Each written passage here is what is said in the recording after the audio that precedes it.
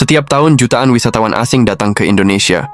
Mereka datang karena gambar-gambar yang viral pantai Bali, warna-warni Laut Raja Ampat, sawah-sawah hijau di Ubud, hingga sunrise ikonik di Gunung Bromo. Semuanya menjanjikan satu hal, keindahan visual yang menakjubkan. Tapi ada sesuatu yang tak banyak orang bicarakan. Sesuatu yang tak bisa ditangkap kamera, tak bisa dijual lewat brosur wisata. Sesuatu yang justru bikin banyak bule kena mental. For you, if you come to Sylvia Hills in Labuan Bajo, hey guys, let me show you how beautiful this place is. Within 3, 2, 1. Kita perlu jujur, banyak orang asing masih memandang Indonesia dengan kacamata sempit. Beberapa datang dengan ekspektasi negara berkembang yang eksotis, lengkap dengan infrastruktur setengah jadi dan pelayanan yang seadanya. Sebagian besar cuma ingin liburan dari tekanan hidup di negara maju, tempat di mana segalanya serba cepat dan kaku. Mereka pikir Indonesia adalah tempat untuk menyepi, bukan untuk menemukan. Dan disinilah mereka salah besar. Ketika pertama kali mendarat, hal pertama yang bikin bule terdiam adalah lanskapnya. Laut yang sebening kristal, gunung-gunung menjulang bak lukisan minyak.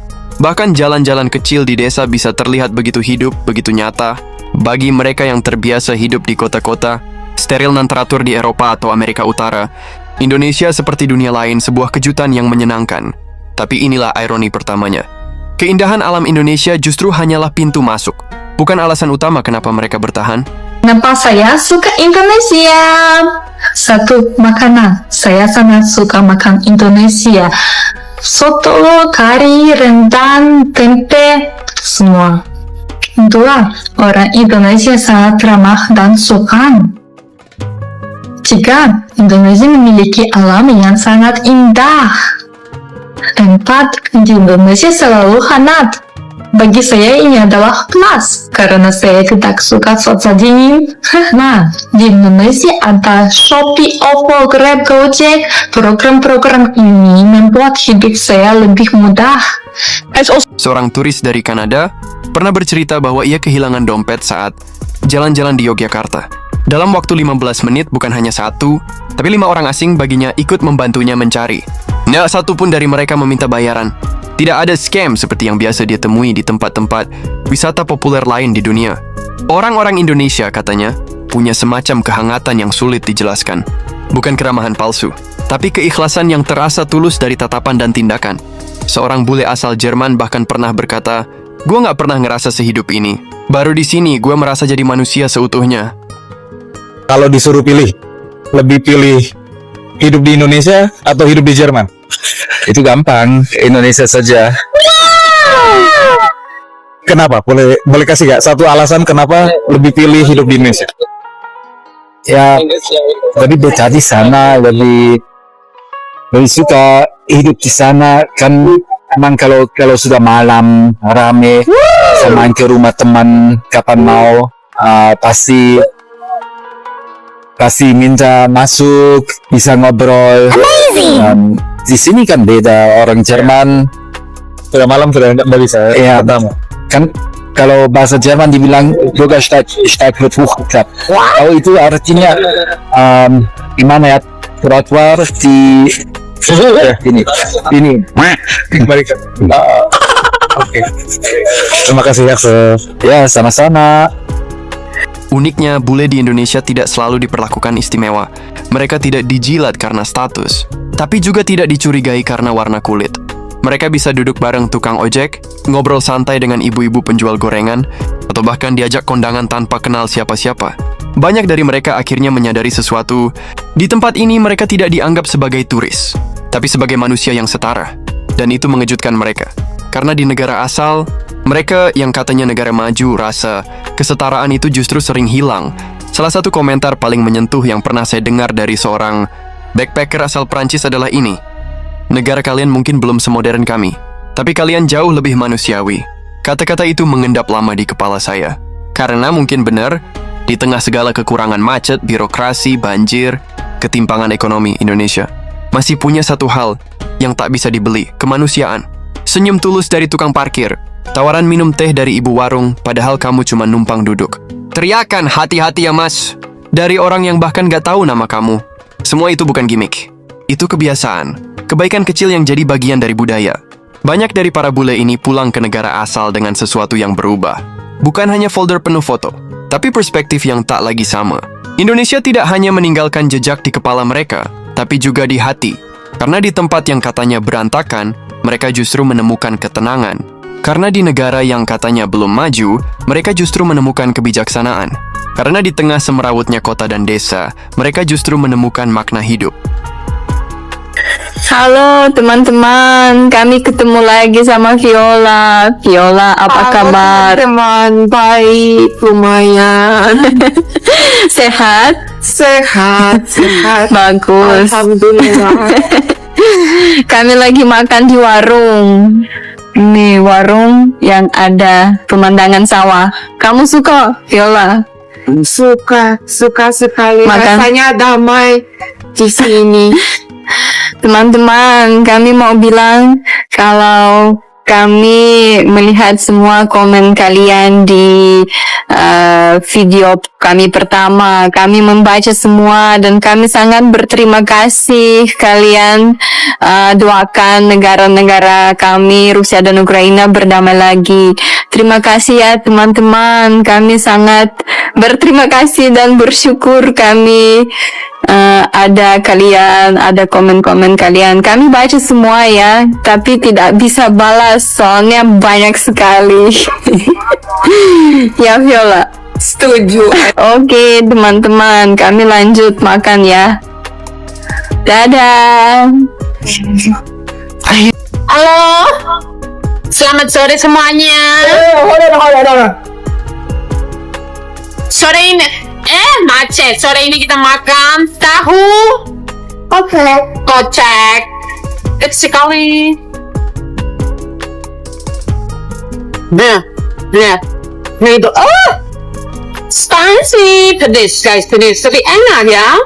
Tidak bisa dapat di Canggu, itu orang tidak jual di Canggu tadi Canggu, tapi di Denpasar ya. Rekomendasi. Saya senang banget. Lihat ini, indah banget. Makan enak banget. Aku ganteng banget. Anjay. Fuck, kalian pikir aku lucu nggak? Selamat siang semuanya. Jadi saya datang di Bali hari Selasa dan ya saya kaget selama 2 hari. Saya suka Bali, tapi hidup di sini tidak seperti di Lembata, ya. Semuanya sibuk sekali, macet besar dan ya, kaget. Tapi ada burger yang enak sekali di Burger Link, saya rekomendasi. Jadi sekarang saya kenyang. Oke, mantap. Pada akhirnya, kita harus menyadari sesuatu yang sering luput kita hargai, bahwa Indonesia bukan hanya destinasi wisata, tapi cermin dari sisi paling murni dari kemanusiaan. Dan para bule yang pernah kena mental di sini adalah bukti hidup bahwa kadang yang paling mahal dari sebuah perjalanan bukanlah tiket pesawat, tapi pelajaran yang dibawa pulang. Karena sesungguhnya, keindahan sejati datang bukan dari apa yang kamu lihat, tapi dari apa yang kamu rasakan. Dan di Indonesia, rasa itu begitu dalam, begitu nyata. Suara dunia yang belum tentu kamu lihat, tapi bisa kamu rasakan. Bagaimana menurut kalian? Tulis di komentar.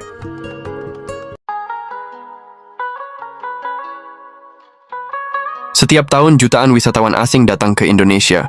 Mereka datang karena gambar-gambar yang viral pantai Bali, warna-warni Laut Raja Ampat, sawah-sawah hijau di Ubud, hingga sunrise ikonik di Gunung Bromo.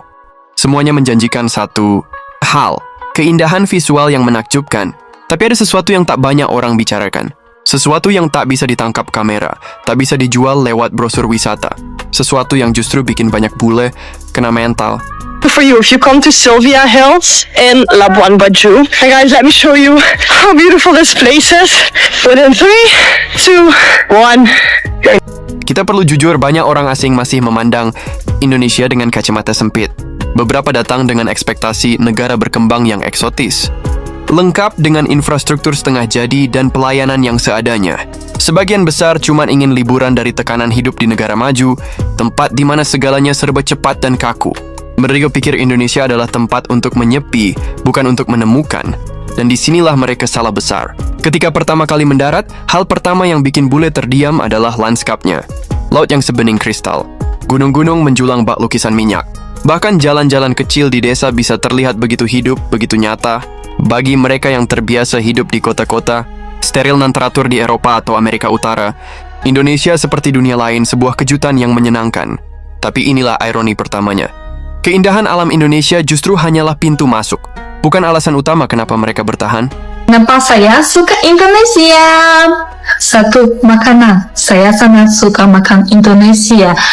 Soto, kari, rendang, tempe, semua. Dua, orang Indonesia sangat ramah dan sopan.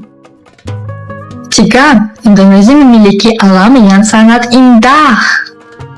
Empat, di Indonesia selalu hangat. Bagi saya ini adalah plus, karena saya tidak suka cuaca dingin. Nah, di Indonesia ada Shopee, OVO, Grab, Gojek. Program-program ini membuat hidup saya lebih mudah. Seorang turis dari Kanada pernah bercerita bahwa ia kehilangan dompet saat jalan-jalan di Yogyakarta. Dalam waktu 15 menit bukan hanya satu, tapi 5 orang asing baginya ikut membantunya mencari. Nggak satu pun dari mereka meminta bayaran. Tidak ada scam seperti yang biasa dia temui di tempat-tempat wisata populer lain di dunia. Orang-orang Indonesia, katanya, punya semacam kehangatan yang sulit dijelaskan. Bukan keramahan palsu, tapi keikhlasan yang terasa tulus dari tatapan dan tindakan. Seorang bule asal Jerman bahkan pernah berkata, "Gue nggak pernah ngerasa sehidup ini. Baru di sini gue merasa jadi manusia seutuhnya." Kalau disuruh pilih, lebih pilih hidup di Indonesia atau hidup di Jerman? Itu gampang, Indonesia saja. Kenapa? Boleh kasih gak satu alasan kenapa lebih pilih hidup di Indonesia? Ya, lebih betah di sana, lebih suka hidup di sana. Kan emang kalau sudah malam rame, bisa main ke rumah teman kapan mau, pasti minta masuk, bisa ngobrol. Di sini kan beda, orang Jerman Sudah malam sudah nggak bisa. ya Pertama. kan kalau bahasa Jerman dibilang Bürgersteig wird hochgeklappt. Oh, itu artinya gimana ya, trotoar di ini. Balik. Oke. Terima kasih ya. Ya, sama-sama. Uniknya, bule di Indonesia tidak selalu diperlakukan istimewa. Mereka tidak dijilat karena status, tapi juga tidak dicurigai karena warna kulit.